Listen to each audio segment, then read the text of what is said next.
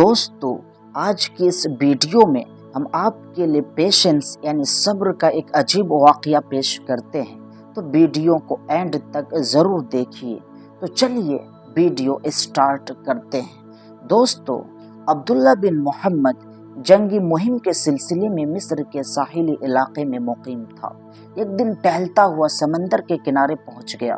وہ ایک شخص کو دیکھا جو ہاتھ پیر سے معذور تھا اور آنکھوں کی بینائی سے محروم تھا، یعنی اس کی باڈی میں زبان کے علاوہ کچھ نہیں تھا۔ ایک طرف تو یہ اس کی کنڈیشن تھی، دوسری طرف وہ بلند آواز کے ساتھ کہہ رہا تھا، میرے مالک، مجھے اپنی نعمتوں پر شکر کی توفیق عطا فرما۔ مجھے تو نے اپنی مخلوق میں بہت سوں پر فوقیت دی ہے، اس فوقیت پر تو مجھے اپنی تعریف کرنے کی توفیق عطا فرما۔ دوستو، جب عبداللہ نے یہ دعا سنی تو اسے بہت زیادہ تعجب ہوا کہ ایک انسان ہاتھ پیر سے معذور، بینائی سے محروم، جو زندگی سے لطف اندوز نہیں ہو پا رہا ہے اور اپنے مالک سے نعمتوں پر شکر اور تھینکس کی دعا مانگ رہا ہے۔ اب اس کے بعد عبداللہ اس شخص کے پاس گیا، سلام کیا اور پوچھا، حضرت، آپ اللہ کی کس نعمت اور فوقیت پر شکر ادا کرنے کی توفیق کا مطالبہ کر رہے ہیں؟ اس معذور شخص نے جواب میں فرمایا کہ آپ کو کیا معلوم میرے رب کا میرے ساتھ کیا معاملہ ہے؟ قسم خدا کی، اگر وہ آسمان سے آگ برسا کر مجھے راکھ کر دے، پہاڑوں کو حکم دے کر مجھے کچل دے، سمندروں کو مجھے غرق کرنے کے لیے کہہ دے اور زمین کو مجھے نگل لینے کو حکم دے، تو میں کیا کر سکتا ہوں؟ میری اس کمزور باڈی میں زبان کی بے بہا نعمت تو دیکھیے کہ یہ صحیح سالم ہے۔ کیا میں پوری زندگی اس قیمتی زبان کی نعمت کا شکریہ ادا کر سکتا ہوں؟ انہوں نے مزید آگے فرمایا کہ میرا چھوٹا لڑکا میری خدمت کرتا ہے، میں تو معذور ہوں، میری زندگی کی ضروریات اسی کے سہارے پوری ہوتی ہے، لیکن وہ 3 دن سے وہ کہاں ہے اس کا پتہ نہیں۔ اگر آپ پتہ کر دیں گے تو مہربانی ہوگی۔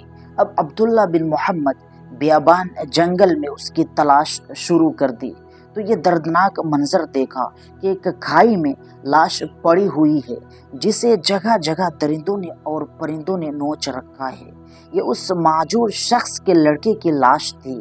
اس کی لاش دیکھ کر عبداللہ کی آنکھوں میں آنسو بھر آئے اور وہ سوچنے لگے، اس کے معذور والد کو اس المناک واقعہ کا اطلاع کیسے دے؟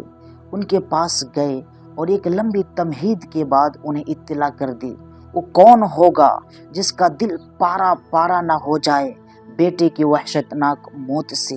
یہ خبر سن کر معذور شخص کی آنکھوں سے آنسو رواں ہو گئے، دل پر غموں کے بادل چھا گئے۔ یہ بھی اللہ تعالیٰ کی ایک نعمت ہے، غم آنسو میں بہہ کر نکل جاتے ہیں۔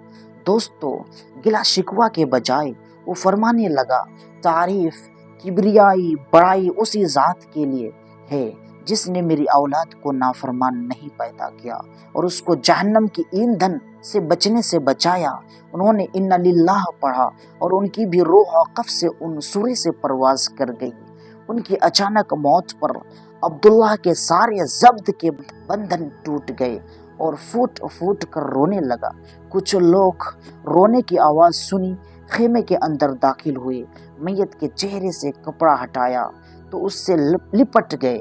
کوئی ہاتھ چومتا، کوئی آنکھوں کو بوسہ دیتا اور ساتھ کہتا جاتا، ہم قربان ان آنکھوں پر جنہوں نے کبھی غیر محرم کو نہیں دیکھا، ہم فدا اس جسم پر جو لوگوں کے آرام کے وقت بھی اپنے مالک کے سامنے سجدہ ریز رہتا، جس نے اپنے رب کی کبھی نافرمانی نہیں کی۔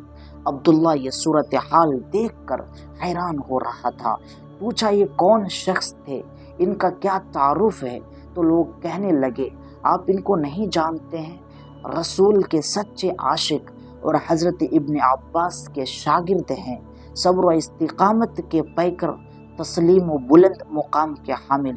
حضرت ابو قلابہ کی نماز جنازہ اور تدفین سے فارغ ہونے کے بعد عبداللہ رات کو سویا تو خواب میں دیکھا کہ آپ جنت کے باغات میں سیر و تفریح کر رہے ہیں، جنت کا لباس پہنے ہیں اور یہ آیت تلاوت فرما رہے ہیں، صبر کرنے کے سبب تم پر سلامتی ہو اور آخرت کا گھر بہترین ٹھکانہ ہے۔ عبداللہ نے پوچھا آپ وہی معذور شخص ہیں؟ انہوں نے کہا جی ہاں میں وہی معذور شخص ہوں۔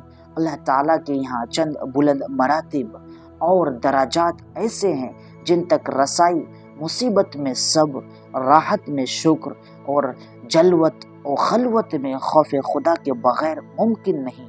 اللہ تعالیٰ نے اسی صبر و شکر کی بدولت مجھے ان نعمتوں سے سرفراز فرمایا ہے۔ میں امید کرتا ہوں دوستو ہماری یہ ویڈیو آپ کو اچھی لگی ہوگی۔ ویڈیو اچھی لگی ہو تو اس ویڈیو کو لائک کیجیے اور ہمارے اس چینل کو لازمی سے سبسکرائب کیجیے۔ شکریہ۔